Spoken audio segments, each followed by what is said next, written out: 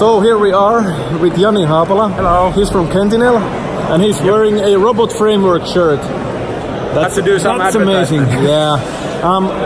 In the EuroSTAR we have this concept of a do-over session, and in do-over sessions the audience gets to vote which session was the best. And this is the guy, the only Finnish guy talking in the event, and Jani's session won.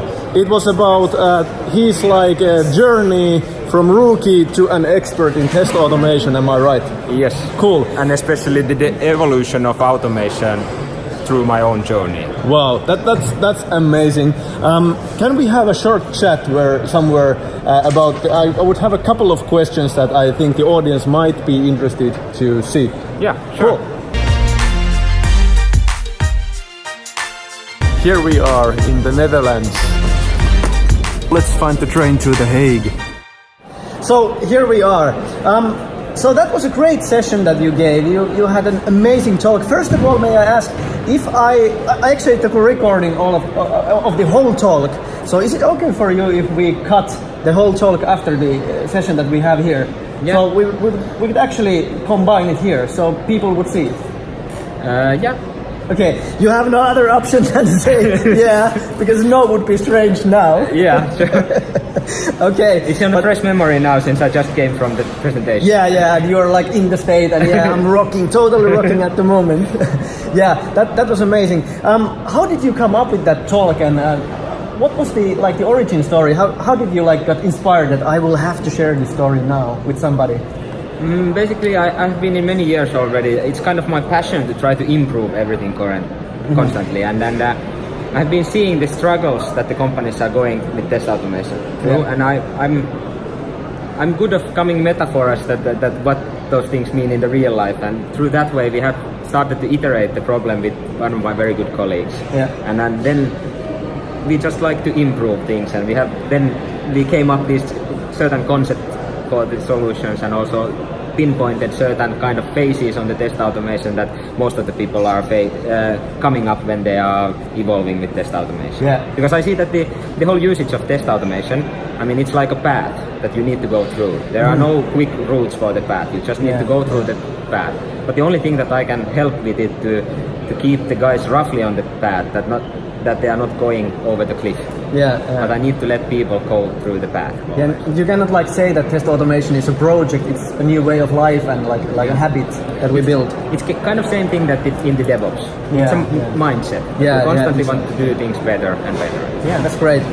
For somebody who is just in the state of the rookie, what would you suggest? Do you have any suggestions that what would be the first steps to take as a rookie now? If we think about this quest that I have selected, my quest that I have followed is the quest of Test Automation Builder. Yeah. And in this role I would say that go sit next to developer. Cool. And discuss with the developer. I mean, test automation is a product. It needs testing, it needs a continuous integration, it needs everything that the actual product is needing. So in order to be good on test automation, you need to understand how developers are thinking. Yeah, I think that's a universal suggestion for everybody who's involved in testing. Go sit beside your developers, but even more so if you want to become the test automation builder. Yeah, especially. Yeah. And the test automation builder is one of the 4 tracks that you could as a tester you could evolve into. Jani will explain it later in the video on the talk. So yeah, okay.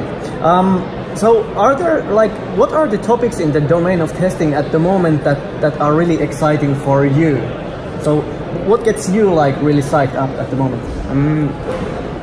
I have quite much taken the dark side in here, that I pretty much... You put the hood on like Darth Vader. I still do test automation tools, but I like very much on the infrastructure side.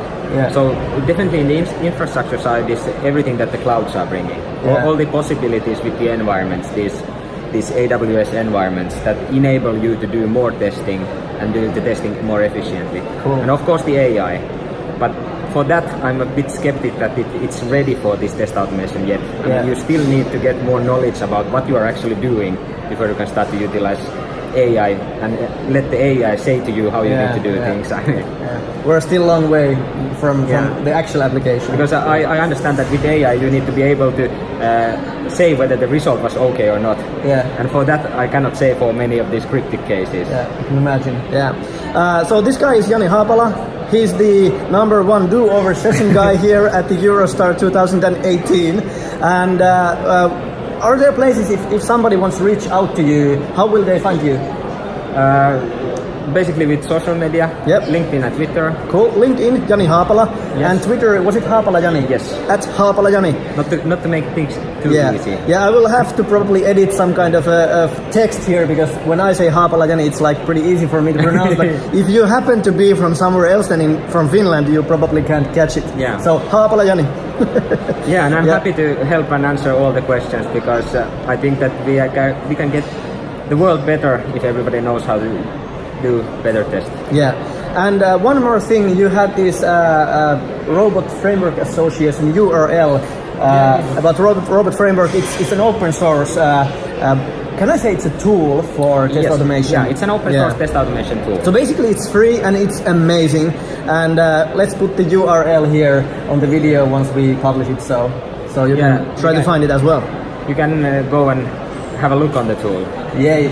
Okay, hey, thanks and high fives for the #1 do-over at the EuroSTAR. See you guys. Bye-bye. Also, I want to present you Jani Haapala. They say Jani is a test automation evangelist. However, he feels he's too young for that. So please welcome Jani Haapala.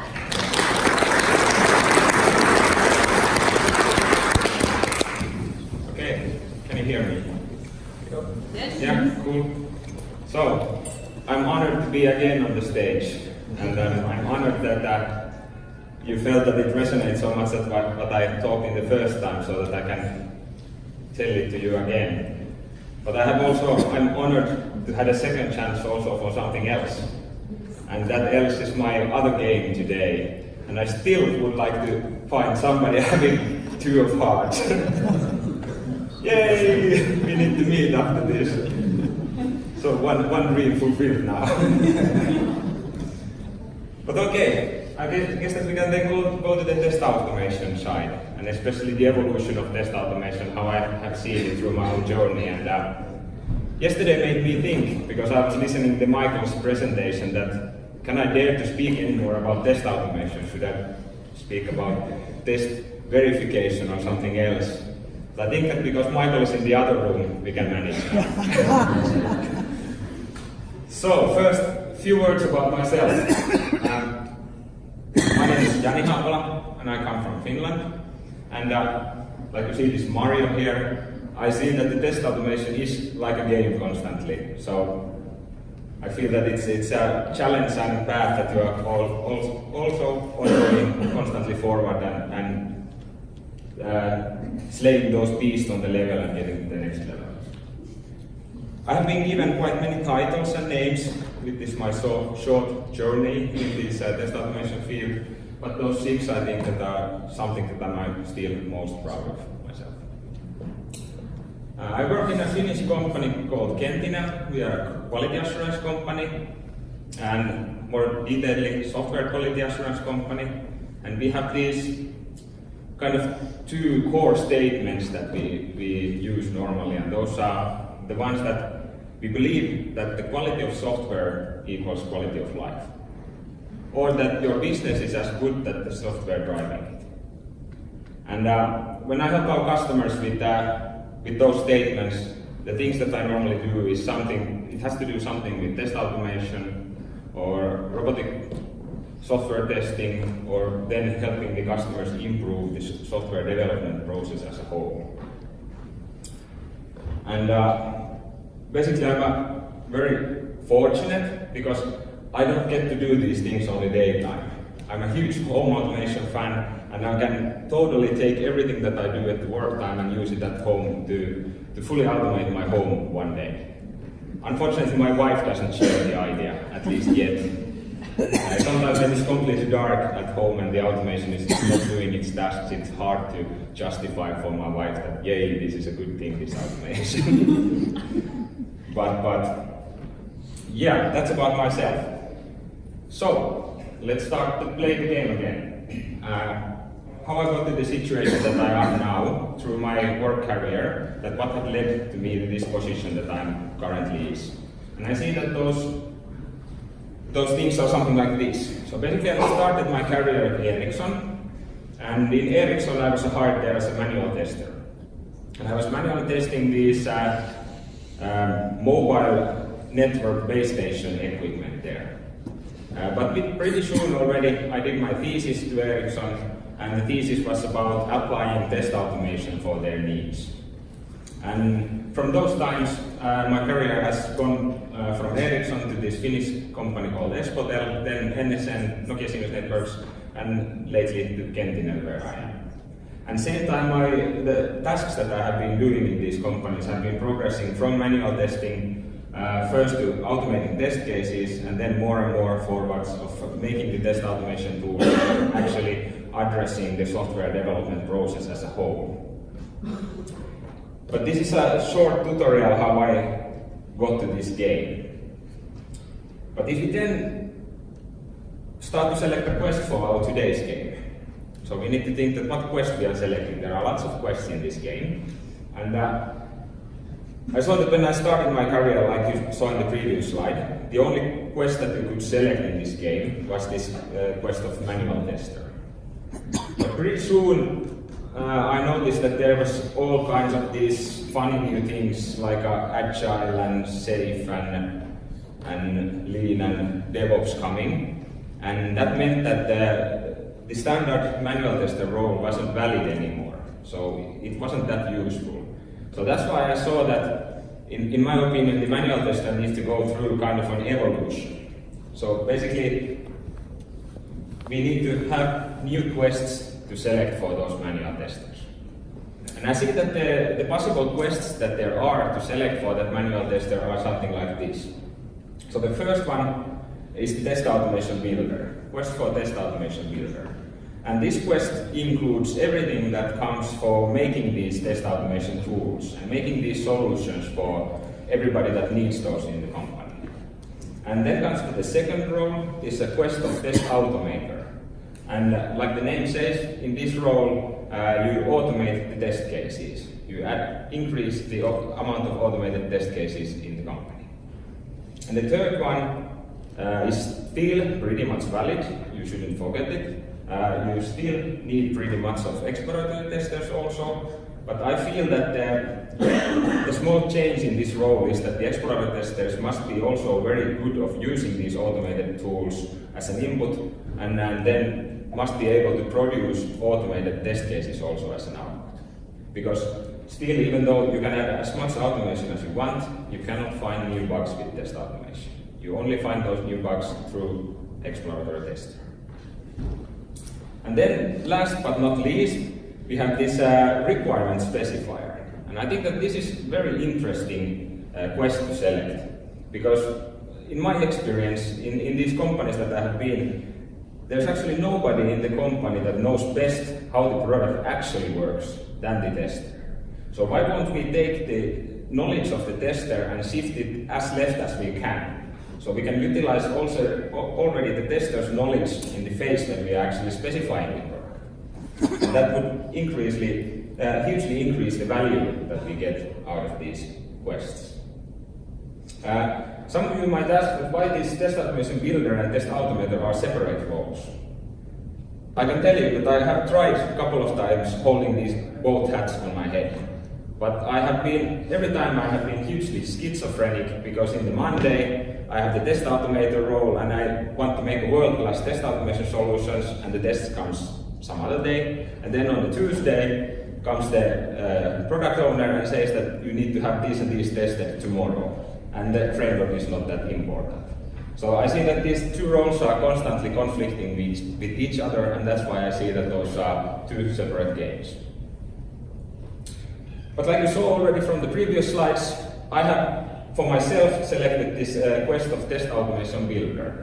So that was and has been something that is more close to my heart. So let's go to the level 1 then. And for me, this level 1, it's a beast of automation. And what do I mean with beast of automation is that to be able to understand why the automation is a beast, I think that at least I needed first to start to think that why do we automate? Why do we ever use automation for anything? And I have been able to come up only 2 valid reasons to use automation. And for me, those valid reasons has been either you need a speed or repeatability. And if you don't need any of these, don't use automation, because it's more costlier to do. And of course, all these modern methodologies, these agile methodologies, has taken care of that issue. So basically everybody needs constantly speed and repeatability. So yeah, we definitely need an automation. But then I started to think also that why we need test automation? Why we automate tests? And for that question, I had to borrow this beautiful ideology from a Lean and a DevOps. They have this thing called flow in the one way and feedback on the other way. And this cycle forms a continuous learning. And if I need to put the same in the software development context and think that what is test automation, I would say that this flow in software development context is your infrastructures. Basically, it's an automated infrastructure, kind of infrastructure as code setup. And then the counterpart for that flow is the feedback. And the feedback is then the test automation. And what these two are providing for the software development is a safety net. And you might then ask that, what is safety net? And for me, safety net is a courage, basically. It's a courage to change the code. It's courage to refactor the code. It's a courage to release fast. It's courage to fail, because it's a courage to fail. It's courage to fail fast and fail forward. It's your constant safety net of all kinds of changes that you are making to the code. And how is this safety net then used? What is the actual implementation of this safety net? And for me, it has always been a continuous integration pipeline. And unfortunately, in this presentation, I don't have time at all to go for the infrastructure automation side, but there are a couple of things that I want to tell you from the continuous integration pipeline also. And for me, continuous integration pipeline is always something like this. The boxes might be a bit different, but it's something like this. And the 2 things that I want to tell you today is that even though the test automation is your form of visibility, what you are doing, it also always serves as a visibility to the stakeholders side. So it's not only feedback for the development, but it's also a visibility to the stakeholders. And the other thing is that you should form this integration, this continuous integration pipeline, so that you have these feedback loops there that are actually slowing all the time. So basically you have first very fast feedback with few test cases, and then you have gradually slower feedback loops, but more feedback. And those are the 2 most important things when using continuous integration, at least for me as been. So what is then the actual challenge with the automation? Why is it so challenging to use automation? And for me, again, I can summarize it to only one word. There's only one word that describes very well why the automation is challenging. And for me, the word is maintenance. And unfortunately, the maintenance is something that is most likely always the thing that is going to kill the automation in some way.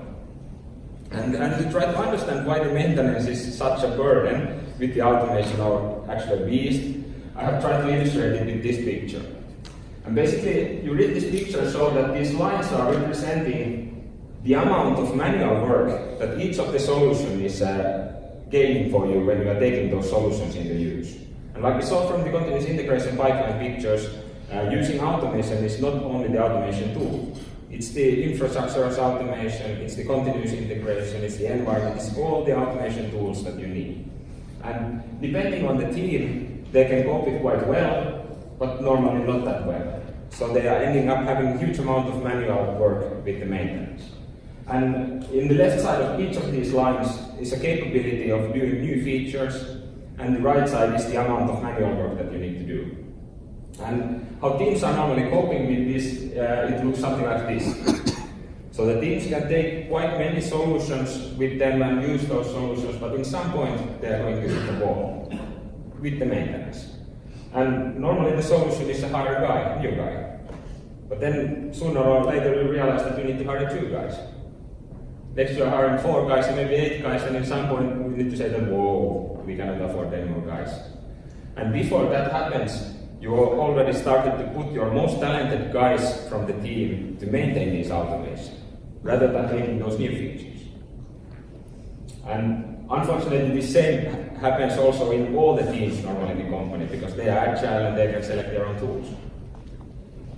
But how I have managed to solve this several times during my career is that actually I gave it away already on the quest selection, is to form an own team that is responsible of the tooling. And in that way you can have guys that are focusing only on making very good tools and make them maintain them. And with that recipe I have managed to, for example, currently with a handful of guys we are able to serve over 300 developers. And I currently work in a team called CSI, for example. And no, it's not coming from the crime scene investigation, even though we feel that every day when we do those solutions, but we are actually a continuous system improvement team. So it's our responsibility to produce these tools for all that need these in the company. And at this point, I thought that yes, now I managed to finally slay the beast and then move to the next level. But then this happened. Damn, I forgot to test at all. I was so focused on the framework that I didn't think about the tests at all. So it was back to the drawing board. I needed to start to think about testing. And the first question for me was that why do we actually test? Why do we actually use especially automated test cases? And I come up only one good reason again to do test automation. And for me that reason is to have a runnable specifications. So basically I have found in my career that if you have specifications in one system, test cases in another system, and implementation in the third one, it doesn't take a month before those 3 are out of sync. So I would always like to see that the test cases are acting as a specification. So that basically you can, whenever you like, you can execute the specification against the implementation and see that the implementation is fulfilling the specification. And hopefully in the future also, when blockchain technology is coming and the smart contracts is coming, we can also tie the runnable specification to those smart contracts, so that we can automatically verify that the implementation is fulfilling the specification. So how to do this then? For that, I needed to take into use 3 different concepts. And those concepts have been these conventions, abstractions, and a concept called problem versus solution space. And everything starts from the conventions. And I would say that you need to be very strict on the language that you are using when doing test automation. And then kind of how to illustrate it, why it's that difficult is that if you take 2 neighboring countries, for example Swedish and Danish people, and put them discussing together both with own languages. And if I'm, as a third person, try to listen to those guys, I would assume that they fully understand each other because it sounds similar. But of course there are quite much going on. Actually, after the gala yesterday in the pub, I learned that because I previously used Swedish and Norwegian, but actually I learned that it's kind of the same. So it's a bad example here. And we have it even worse in Finland, because with Finnish and Estonian languages, actually we are using the same words with different meanings. So it might even more feel that those guys are understanding each other, even though they don't have any clue what they are talking there. So to solve this, I first started to look what developers are doing for this, and I found something like this. So basically, this is an output of Lintian tool. They are constantly linting their code and making sure that it looks something similar for everybody. And it might feel quite childish to complain that now you have one space here too much, or you have a big letter here or small letters here. But all of this makes sure that everybody understands the language same way. And that's why it's hugely important also in the testing that everybody understands the language same way. And the next concept is this abstractions. And because when you're doing testing, you're never doing the testing for yourself. You're always doing the testing for somebody else to understand the runnable specification. Somebody else to be able to comment the specification or understand what is happening. So you need to always think that how to write those test cases. Because there might be this one guy up here, this business representative saying that the customer must be able to buy shoes. Clean and simple. And then we come to the product owner level and he might be saying that customer must be able to put the shoes in the basket and complete the payment, and then postage will bring the shoes. And when we come to the development level, then all hell breaks loose. I mean, you need to push all kind of IDs and transactions and messages and that kind of stuff. So you need to be absolutely sure that on what level you are writing the test cases. And the third concept here is this concept of problem versus solution space.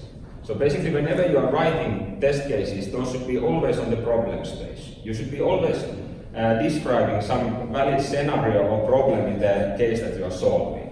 And you shouldn't actually describe the solutions that you are using to do the testing.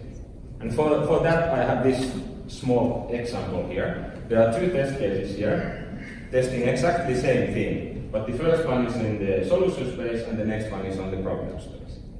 And guess which one I prefer? It's that much more readable, the problem space solution. And with this knowledge now, I realized that I need to go for the quest for framework. One framework that can fulfill my needs for maintainability and also fulfill my needs for the testing side. And the tool to fulfill these needs for me has been from quite beginning of my career this robot framework. And yes, I'm still sorry that I need to advertise this, but it's an open source tool, and actually I like the tool so much that I went and founded a non-profit foundation around the open source tool, where we try to constantly foster the community and keep the tool still valid, developing and addressing the modern needs. So that's why I basically love the tool so much. And why it's so good solution for me, it's shown here. So basically what the tool is doing, it's basically dissecting the test case to 3 different levels.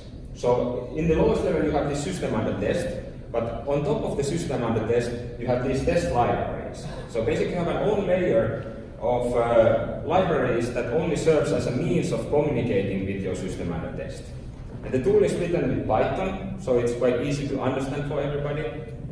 And then on top of these libraries, you have this actual robot framework.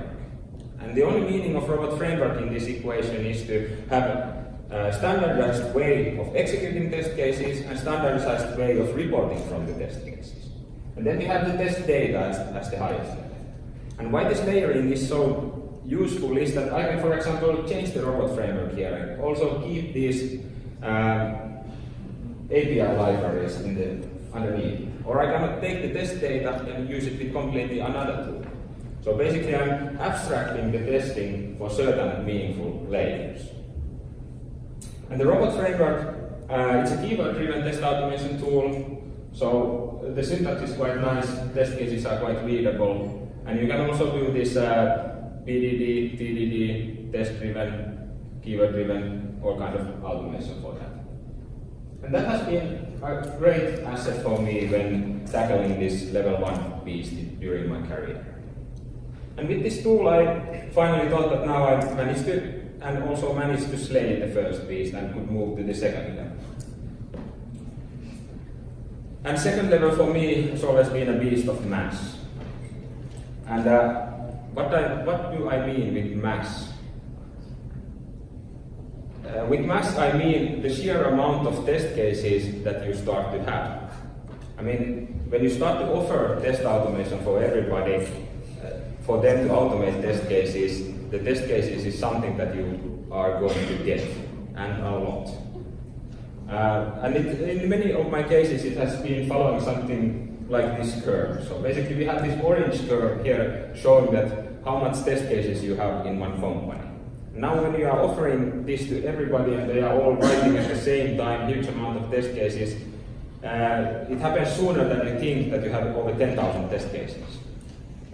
And I guess that many of you think now that it's not a bad thing to have 10,000 test cases. Isn't that something that we actually try to have? A huge amount of testing. But let's assume that we have only 1% of failing test cases out of those. With 10,000 test cases, it's already meaning that you have constantly 100 failing test cases. And we can still think that isn't that a good situation? You have only 100 test cases failing with mass of 10,000. But if the devil is always on the details, and if you now combine this with the fact that I have faced quite often in many companies, and the fact comes from the business or management side normally, and the fact is this focusing on new features. We get to the situation that we are constantly making new test cases for new features, and we are constantly prioritizing the new features, and only thing that matters is to have more new features. And the thing that they fail to realize is that with each release, you're actually getting a new gearing around your product. And with each release, it's more likely that the failing test cases are happening on your regression set. But guess what happens when you're still focusing on the new feature? You're still having the nice continuous integration pipeline, and you have the regression tests here, and they are always ready. Guess who lose confidence for those tests quite soon?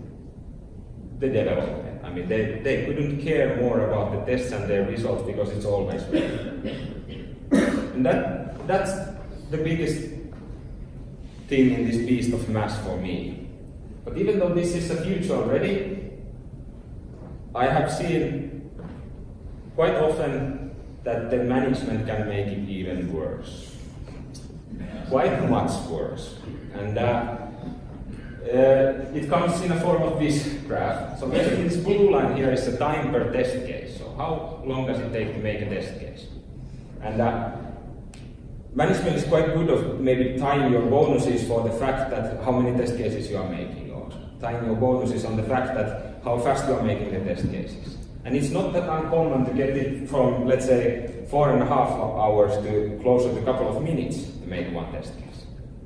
And you might still think that, isn't that a good thing? It's that much faster to make test cases. You can get more test cases. Yay! But then this orange line is something that many fail to recognize. And it's a time per failure. So how long does it take to fix a failing test case? And it used to be so that when the framework is new, you are constantly fiddling with the framework, so it's very fast to fix the failing test case also. Only a couple of minutes. But now when you enable people to use the test automation, they are not that much of a professionals, and it gets more complex, the framework. It might also already start to take something like 1.5 hours to fix a test case. And yet you might still think that 1.5 hours to fix a test case, isn't that a good still? But when I have combined this information from previous slide and this, in many places I have normally got something like this. So in your company it might take only 3 hours to make 100 test cases. But it takes 20 days to fix 100 failing test cases. And guess who's fixing these test cases normally? Those hardcore testers who knows how everything works and who are already way much overburdened with tasks. And that's why there's never time to fix those test cases. And again, your regression is staying red. But for this bees, then I needed to come up new concepts. How we can manage these bees now. And my first concept for this is this concept of critical red. And the whole idea of this critical red is that you have one execution here that has 3 failing test cases. And we should automatically sort the next round so that we have these failing test cases first. So we only run the failing test cases, nothing else. If they are still failing, we don't run anything else. And in this point, all the developers and testers are coming to me and saying that, hey, we still want to get the results for all the test cases. Those are useful for us. And then I try to explain to them that please fix the first failing test case now, and let's run the set then again. Because it's automated test set. You can always run it again. And in the meantime, when you are fixing the one failing test case, you are enabling other testers to do the testing. You release the capacity for others. And you can still evolve this critical red a bit, so that you still take these very fast test cases in front of the slowest ones. And again, those developers and testers come to me and say that, why can't we just parallelize everything to get fast feedback? And then I try to explain to them that if you're parallelizing everything, you are actually maximizing the amount of resources that you need, but you're still fixed with the speed of the slowest set that you have. But now if you are slicing them a bit differently, you are actually minimizing the amount of resources that you need, but you are still maximizing the feedback that you get out of the system. So this was the first concept of critical red. But I still felt that this is not enough, and I needed to come up another concept. And for me, the concept is this chaining tests concept. And for this chaining test, I first started to think a bit that why test cases are failing. Why your test cases are failing in test automation. And for that, I could only get 5 valid reasons at all. Why your test cases are ever failing in the test automation. And for me, these reasons are something like this. So basically, you might have a bug in your test framework or your test case, or you might have a bad environment, including test data and anything that goes for the environment. Or you might have a new feature in the product, or you might have an actual bug. That happens sometimes. And then is this flaky test. And the flaky test is funny because it's some test case that sometimes passes and sometimes fails. And actually this flaky test is one of these 4 above, but we cannot yet say that which one it is. It's too well hidden behind the flaky test. But these are the 5 categories. And being a huge advocate for Lean and DevOps, I know that they have this nice BDCA cycle that they are following, so I needed to come up with my own cycle also. And for me, it's the cycle of chaining tests. And how you read this cycle is that whenever you have a new test, and new test here means that you have a feature that has, in the definition of done, you have these automated test cases. And when the feature is done, those new tests end up in the regression set. And whenever the regression set fails, you take all the test cases out of the regression set. You have a prefix, one of these 5, and unique case ID. And you put all the test cases to check. And then whenever you have a capable person of investigating these inmates, you take a case ID with the prioritized order and start to investigate what went wrong on the test cases. And when you have enough information about the failure, it's very important to take the case into court. And by taking court, I mean that you need to have a review for the actions, that what you are going to do for the test cases. And in this case, we can normally identify that there might be lots of innocent test cases in the chain. Because you had some test case that failed that caused that the rest of the test cases were failed. And those we can normally treat as a collateral damage, meaning that we release them back to the records. Or we can find out in this case that there was actually a new feature causing the test case not to be valid anymore, so we deny the case and remove the test case. Or we might find out that we have a severe bug on our test environment that is not going to be fixed soon. So again, we deny our case and put those cases back to check. But what normally happens is that we take the cases to this rehabilitation phase, when we try to start to fix those test cases. And when the fixes are ready, it's even more important to have a probation period for the test cases. There's a reason for probation, also in the software development. And the probation means here that you might need, for example, 5 passing execution rounds for the test case before you release them back to records. So you can get the confidence that the test cases are behaving good. But if they are not behaving good, it's back to rehabilitation and then back to probation. But basically this is the cycle that you are constantly moving around. And one thing to mention here is the critical red concept. And the critical red concept goes for the first arrow of this. So basically, Toyota has this undone cord system in this Toyota production system, and it means that when the undone cord is pulled, you have your whole production line stopping because there was an error. Or at least that is how people normally understand it. But basically, it works so that when the undone cord is pulled, you still have a short grace period of time to fix the issue without having to stop your production line. And same way in software development, I would say that if you are able to fix your failing test cases within a sprint, there's no point of putting them to jail and have this whole cycle going. But with this information, I thought that I was finally able to beat the level 2 monsters. And then came the level 3 for me.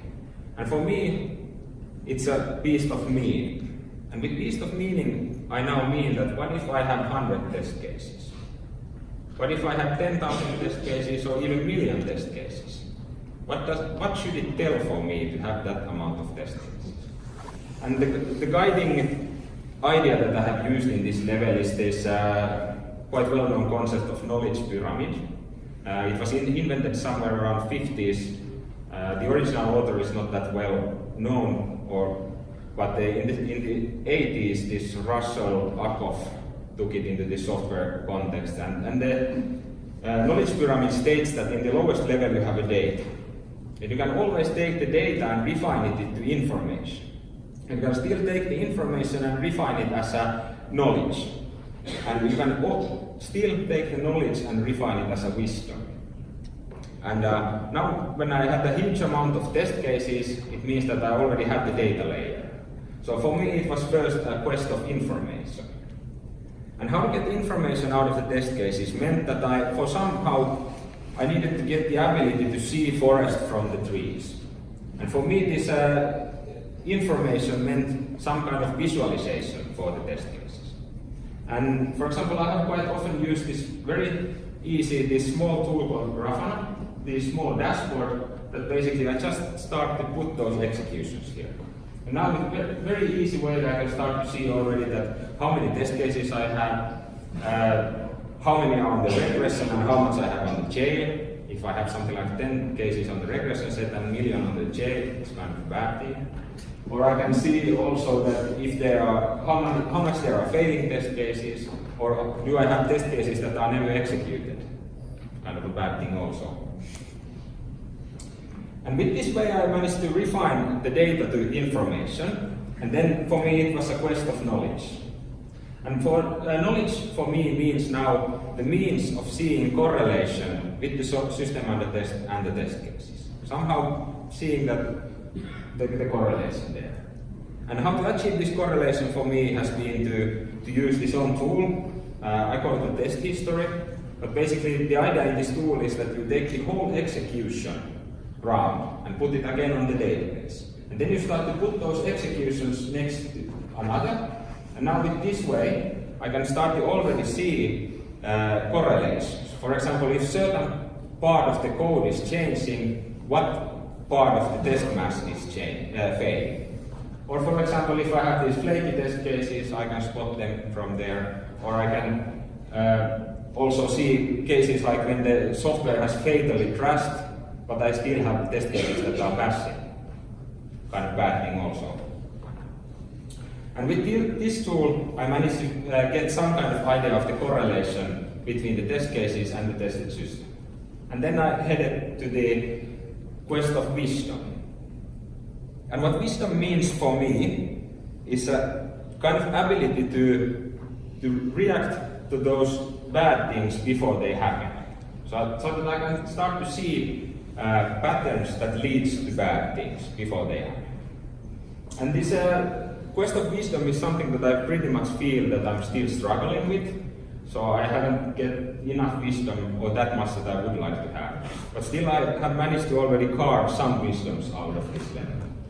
And these wisdoms for me have been, for example, from system on the test side, this vulnerable code. So basically I can see through testing and actually through code changes that what is the most vulnerable part of the code. Or I can see these critical functionalities. I can see through testing that what are the functions that are most used on the test cases. Those has to be critical then.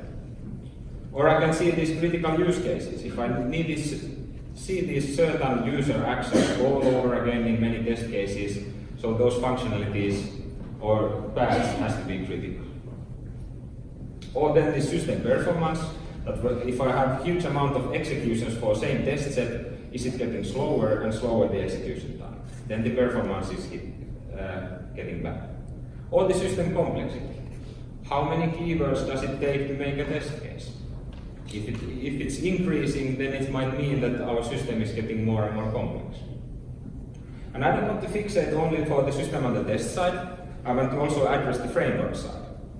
And in the framework side, these same things have been like execution times for the keywords. I can see that how well my keywords are behaving, or this framework usage. So do I have a keywords that nobody uses?